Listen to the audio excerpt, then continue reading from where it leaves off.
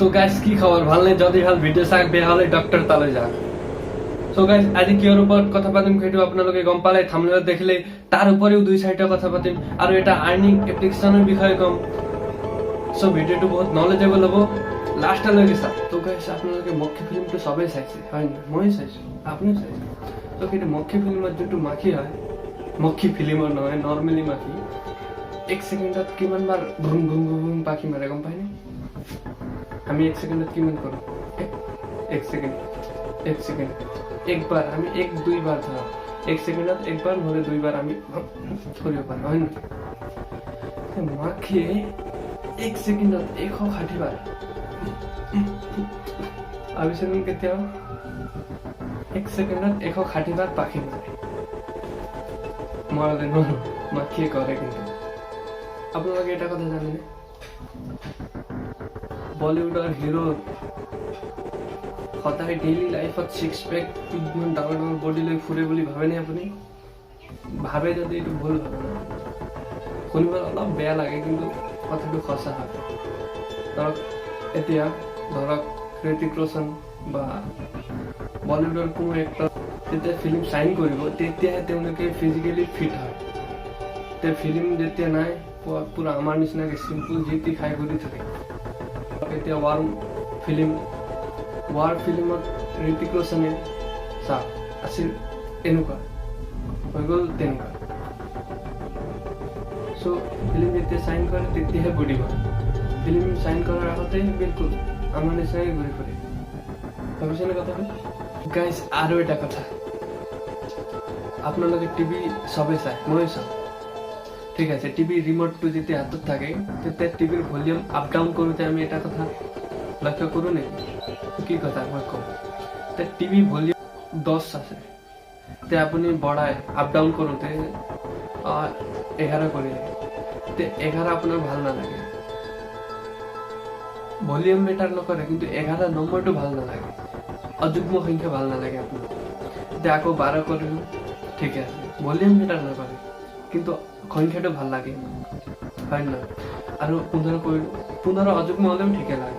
আকৌ 16 ভাল লাগে এটা 17 বেয়া লাগে হয় না এটা 18 কৰিলো আকৌ ঠিকে লাগে ভলিউম মেটাৰ নকৰে ভলিউম কিমান ডাঙৰ হওক সৰু হওক কম হওক সেইটো মেটাৰ নকৰে কিন্তু আমাৰ সংখ্যা বেয়া লাগে এতিয়া আকৌ 20 কৰিলো ঠিকে লাগে 20 আকৌ 21 কৰিলো বেয়া লাগে 22 কৰিলো ঠিকে লাগে আমাৰ অযুগ্ম সংখ্যা লৈ এলাৰ্জি হয় না কথাটো ভাবকচোন তো গাইস ইমোজিৰ বিষয়ে কোৱাৰ আগতে মই আপোনালোকক আৰ্নিং এপৰ বিষয়ে কম বুলি কৈছিলো সো সেইটো আৰ্নিং এপ্লিকেশন হল হেলো এপ সো হেলো এপটো বহুত আৰ্নিং কৰিব পাৰে তাত আপোনালোকে তাত সেলফ আৰ্নিং কৰিব পাৰে ভিডিও চাব পাৰে ভিডিও পোস্ট কৰিব পাৰে সেইটো আপোনাৰ তাত একাউন্ট খুলিব পাৰি একাউন্ট খোলাৰ পিছত আপুনি তাত ভিডিও ফটো নিজৰ কন্টেন্ট দিব লাগিব ফটো ভিডিও যেতিয়া দিব তেতিয়া 5000 আপোনাৰ যদি তাত ফলোৱাৰ্স হৈ যায় আপোনাৰ একাউন্টটো মনিটাইজ হৈ যাব তেতিয়া আপোনাৰ যিমান ভিউজ আহিব সেইটো হিচাপে আপুনি পইচা পাব আৰু তাত ৰিফাৰ এণ্ড আৰ্ন অপচন থাকে ৰিফাৰ মানে কেনেকুৱা আপুনি ইনষ্টল কৰিলে তেতিয়া আপুনি ইনষ্টল কৰাৰ পিছত আপুনি এজনক ৰিফাৰ কৰিলে তেতিয়া আপুনি 300 টকা পাব প্ৰথমে 15 টকা পাব আৰু দুদিনত 10 টাকা পাবো তাৰ পিছত 7 দিনত 55 টাকা পাবো আৰু 14 দিনত 285 285 টাকা পাবো তেনেকে ধৰক 14 দিনৰ ভিতৰত আপুনি 300 টাকা পইচা পাবো সো এপ্লিকেশন বহুত ভাল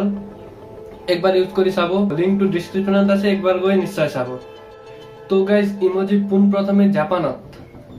ব্যৱহাৰ হৈছিল এতিয়া সদ্যহতে আমাৰ পুৰা ওয়াৰ্ল্ডত ইমোজি ব্যৱহাৰ হয় কিন্তু পোন প্ৰথমে জাপানত ব্যৱহাৰ হৈছিল ইমোজি নাক নথকা যেটো ইমোজি চংগু মংগু ইফাল খিফাল হোৱাটছআপত ফেসবুকত ইনষ্টাগ্ৰাম টুইটাৰ যোন পিনে চাই ইমোজি সো সেইটো ইমোজি জাপানত পোন প্ৰথমে ব্যৱহাৰ হৈছিল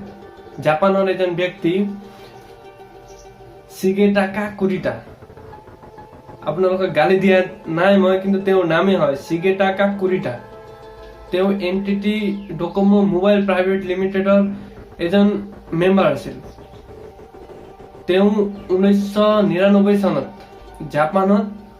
ফাৰ্ষ্ট ইমজিৰ নাক নথকা যিটো ইমজি সেইটো ইনভেন্ট কৰিলে। এতিয়া কেনেকে ইনভেন্ট কৰিলে? তেওঁ মানুহক চাব ধৰিলে, কান্দোতে কেনেকুৱা ফেচ বনায়, হাঁহোতে কেনেকুৱা ফেচ বনায়, এতিয়া দুখত কেনেকুৱা ফেচ বনায়, মানুহৰ মুখ কেনেকুৱা বনায়, সুখত কেনেকুৱা বনায়, সেইটো তেওঁ চাই 1999 চনত ফাৰ্ষ্ট জাপানত ইনভেন্ট কৰিলে। তাৰ পিছৰ পৰা যেতিয়া জাপানত ব্যৱহাৰ হ'ল ইমজি, তেতিয়া জাপানত ব্যৱহাৰ হোৱাৰ পিছত চবেই ভাল পাব ধৰিলে ইমজি। তো সেইটো পুৰা ৱৰ্ল্ডত চবেই ভাল পাব ধৰিলে ইমজি। তেতিয়া ইমজি 1999 চনৰ পৰা ইমজি ব্যৱহাৰ হৈ আহিছে পুৰা ৱৰ্ল্ডত। 17 জুলাই ইমজি ডে হিচাপেও জনা যায়। আৰু আপোনালোকৰ সাপোৰ্টৰ অবিহনে মই একো নহয়। আপোনালোকে সাপোৰ্ট কৰি যাওক, মই এনেকুৱা ধৰণৰ ভিডিঅ' সদায় আপোনালোকৰ কাৰণে দি যাম। তো ভিডিঅ' কেনেকুৱা লাগিলে, কি কৰিব লাগে জানেই। চ' এতিয়া আহিলো, বাই, জয় আই অসম।